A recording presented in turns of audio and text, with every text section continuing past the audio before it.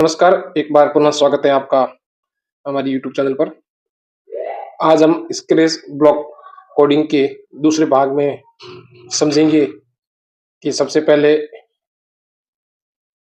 इस कोडिंग में किस प्रकार से हम स्टेज का बैकड्रॉप जो है वो दे सकते हैं और उसके बैकड्रॉप का उपयोग हम कैसे करेंगे, इस विषय में जानेंगे। ये जो स्प्लिट है, इस स्प्लिट क्षेत्र के भाग पर अगर हम किसी इमेज को बैकग्राउंड के रूप में जोड़ना चाहते हैं, तो उस इमेज को हम कैसे जोड़ें, इस विषय में जानकारी लेंगे। सबसे पहले ये ध्यान रखना है कि स्टेज क्षेत्र के पीछे लगने वाले बैकग्राउंड को स्क्रैच ब्लॉक कोडिंग में उसको बैकड्रॉप कहते हैं और इस स्टेज पर जो क्रियाकलाप करेगा या जिसके माध्यम से कुछ क्रियाकलाप हम करवाने वाले हैं, उसको स्प्राइट कहते हैं। यहाँ कॉर्नर में दिए गए मेन्यू पर क्लिक करेंगे। यहाँ अलग अलग प्रकार के 4 सब मेन्यू ओपन हो रहे हैं। ये हैं जो बैकड्रॉप को यहाँ पर ऐड करने के लिए। उसके पास में ही एक और ऑप्शन है जिस पर क्लिक करने पर उसी प्रकार से 4 ऑप्शन ओपन होते हैं। ये स्प्राइट को जोड़ने के लिए काम में आते हैं। यहाँ से स्प्राइट में या स्प्राइट के रूप में क्या क्या जोड़ना चाहते हैं वो जोड़ सकते हैं। और दूसरा जो भाग है उसके पास में ये जो है बैकड्रॉप जोड़ने के लिए उपयोग में लिया जाता है। यहाँ से हम 4 ऑप्शन में से किसी एक ऑप्शन का चयन करके बैकड्रॉप को जोड़ सकते हैं। तो सबसे पहले आते हैं कि बैकग्राउंड के रूप में सबसे पहले हम जो यहाँ पर स्क्रैच ब्लॉक कोडिंग के सॉफ्टवेयर में ही जो बैकड्रॉप ग्रुप में इमेज दे रखी है, उन इमेजों का कैसे चयन करते हैं उसके बारे में समझते हैं।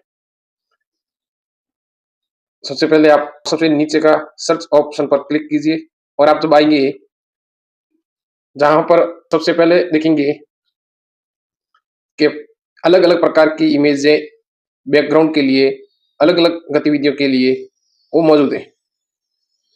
ऑल करेंगे तो सभी ओपन हो जाती हैं, लेकिन पर्टिकुलर किसी एक की ही प्रकार की इमेज को अगर सेलेक्ट करना है तो आप उस पर क्लिक करेंगे तो उसके संबंधित जो भी बैकड्रॉप्स हैं वो सामने आ जाएंगी। ये एक प्रकार से सॉर्ट करके उन्हीं इमेजों को दिखाता है। लेकिन जब ऑल पर क्लिक करेंगे तो वो सभी प्रकार के बैकड्रॉप जो इस सॉफ्टवेयर में मौजूद हैं वे सभी यहाँ पर उपस्थित हो जाएंगे। अब इसमें से उदाहरण के लिए हम किसी एक बैकड्रॉप का चयन करते हैं तो देखते हैं कि वो बैकग्राउंड में आ गया है। ये इस प्रकार से बैकड्रॉप का हम चयन कर सकते हैं। इस प्रकार से हम अपनी किसी भी स्प्राइट के बैकग्राउंड में जो भी हम इमेज देना चाहते हैं वो इमेज बैकड्रॉप सेलेक्ट करके यहाँ दे सकते हैं।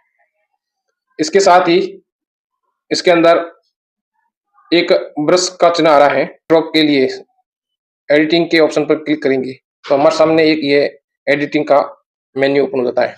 यहाँ पर देखेंगे आप तो कुछ टूल हैं और कुछ उसके फीचर्स और ये सब कुछ यहाँ पर मौजूद है।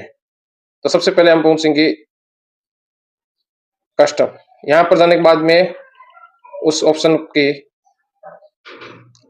उस बैकड्रॉप का नाम क्या रखना है, यहाँ कस्टम पर क्लिक करने के बाद में जैसे हमने रख दिया है शॉर्ट नाम A1, तो ये बैकड्रॉप का नाम हो गया। उसके पास में ही अगर हम देखेंगे तो अंडू और रीडू के ऑप्शन है, जैसे सामान्य MS पेंटिंग के अंदर होता है या फिर MS वर्ड के विभिन्न सॉफ्टवेयरों में देखने को मिलता है। उसके बाद इसके जस्ट नीचे की तरफ आएंगे तो हमको कलर के ऑप्शन दिखेंगे, यानी कि अगर हम कोई सर्कल या रेक्टेंगल को बनाना चाहते हैं तो उसके लिए कलर क्या होना चाहिए इसके बारे में बताया गया है। जैसे हमने बाय डिफॉल्ट कलर जो है हमारा यहाँ गया है, हम चाहते हैं पूरा येलो करना और ये येलो कलर हो गया। जैसे ही इस पर बाहर क्लिक करेंगे और ये स्टेज का बैकग्राउंड कलर जो है येलो दिखाई दे रहा है। अब हम चाहते हैं कि इस पर और कुछ डिजाइन बनाएं, तो हम इस पर क्लिक करके और हम डिजाइन को बना सकते हैं। इसका कलर जो है हम इसका चेंज भी कर सकते हैं। देखेंगे कि हम अगर इसका आउटलाइन कुछ देना चाहते हैं तो आउटलाइन के लिए भी आ जाएगा। आउटलाइन को बढ़ाना चाहते हैं तो आउटलाइन के लिए ये ऑप्शन आ गया। इसके पास में ये तीर का चिन्ह है, इस तीर के चिन्ह का उपयोग सेलेक्ट के लिए किया जाता है। और अब बैकवर्ड, फॉरवर्ड, फ्रंट या बैक जो भी हमको दिखाना है या फिर इसको फ्लिप करना है, और ये पेन के रूप में उपयोग करता है। पेन की नोक जो है वो कलर येलो है। अभी पेन जो चल रही है बहुत ही लाइन जो इसकी मोटाई बहुत कम है। अगर हम चाहते हैं इसकी मोटाई बढ़ा दे तो मोटाई बढ़ सकती है।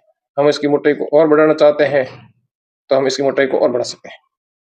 ये यहाँ पर दिए गए ऑप्शन में से चयन करके इस पेन की चलने की जो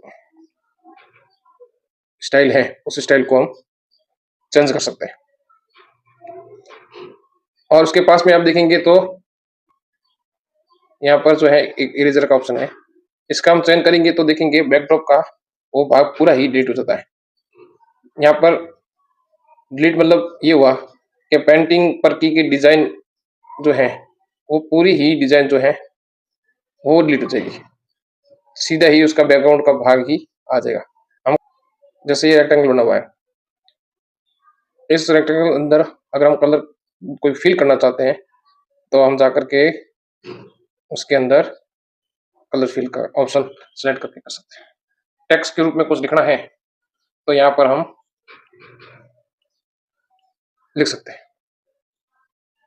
लाइन खींचनी है किसी विषय को लेकर के तो लाइन का उपयोग कर सकते हैं। यहाँ पर लाइन की आकार मोटाई को भी हम अपनी आवश्यकता के अनुसार बढ़ा सकते हैं।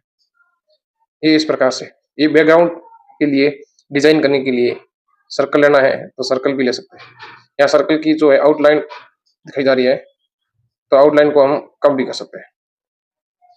फिल जो है उसका चेंज करेंगे तो हमको समझ में आएगा ये सर्कल, और सर्कल की आउटलाइन लिखेंगे तो आपको समझ में आ जाएगा ये आउटलाइन कैसा। आउटलाइन का कलर जो है चेंज करना चाहते हैं तो उसका चेंज भी कर सकते हैं। उसका जो सर्कल जो कलर है वो ब्लैक है और अगली बार जो बनेगा वो सर्कल का कलर जो देखेंगे वो रेड है। पेंटिंग सॉफ्टवेयर के अंदर करते हैं लगभग उसी प्रकार के टूल है। इन सभी टूलों का उपयोग करके हम अपनी तरफ से भी कस्टम करके एक बैकड्रॉप ग्राफिक्स को हम डिजाइन कर सकते हैं। अब इसके अंदर हम देखेंगे हम अपनी तरफ से बाहर से भी बैकग्राउंड को डिजाइन किए हुए हो अभी तक हमने समझा जो बनी हुई है उनको उपयोग कर सकते हैं बैकड्रॉप के रूप में। दूसरा, हम पेंटिंग या एडिटिंग में जाकर के यहाँ से भी हम अपने बैकड्रॉप को बना सकते हैं। और तीसरा ऑप्शन बाय डिफॉल्ट जो है वो एक रैंडमली एक बैकड्रॉप जो है वो सॉफ्टवेयर उपलब्ध कर देता है, हम उसी का भी उपयोग कर सकते हैं। और 4 नंबर जो बैकड्रॉप है वो है हमारे स्टोरेज डिवाइस के अंदर मौजूद किसी भी बैकड्रॉप को सेलेक्ट करके हम यहाँ पर उपयोग कर सकते हैं। उसके माध्यम से हम अपने बैकड्रॉप का चयन करके और हम देख सकते हैं कि ये हमारे बैकड्रॉप के रूप में उपयोग आ सकता है। यहाँ पर हम देखेंगे कि हम बैकड्रॉप को एक से अधिक भी बैकड्रॉप सेलेक्ट कर सकते हैं। जैसे ही देखेंगे ये जो है पहले वाला सेलेक्ट था ये बाय डिफॉल्ट आया, और ये अलग अलग समय में बदल सकते हैं। जैसे ही हम कोडिंग करेंगे तो समझेंगे इसको कैसे बदला जा सकता है। हर सीन के लिए बैकग्राउंड, हर गेम की पोजीशन के लिए बैकग्राउंड बैकड्रॉप को हम बदल सकते हैं। ये हम आगे जब पढ़ेंगे इस कोडिंग पार्ट को तब हम समझेंगे कि इन बैकड्रॉपों का कैसे उपयोग और उसके अंदर उनका बदलाव हम किस प्रकार से करके अपने एनिमेशन अथवा अपने किसी गेम को और सुंदर और प्रभावी बना सकते हैं। देखते हैं कि हम इस बैकड्रॉप की अभी इमेज है, इसके अंदर भी अब एडिटिंग करना है, कुछ गोला जोड़ना है, तो भी हम उसको उपयोग में ले सकते हैं। डिजाइन के दौरान हमें डिलीट करना है तो देखेंगे कि वो बैकड्रॉप जो है वो डिलीट हो चुका है। वापस लाना है तो अंडू और रीडू का उपयोग करके हम आगे पीछे इसको कर सकते हैं।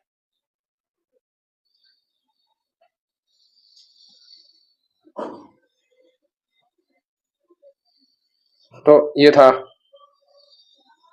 किस प्रकार से हम बैकग्राउंड के रूप में हम इसका उपयोग कर सकते हैं।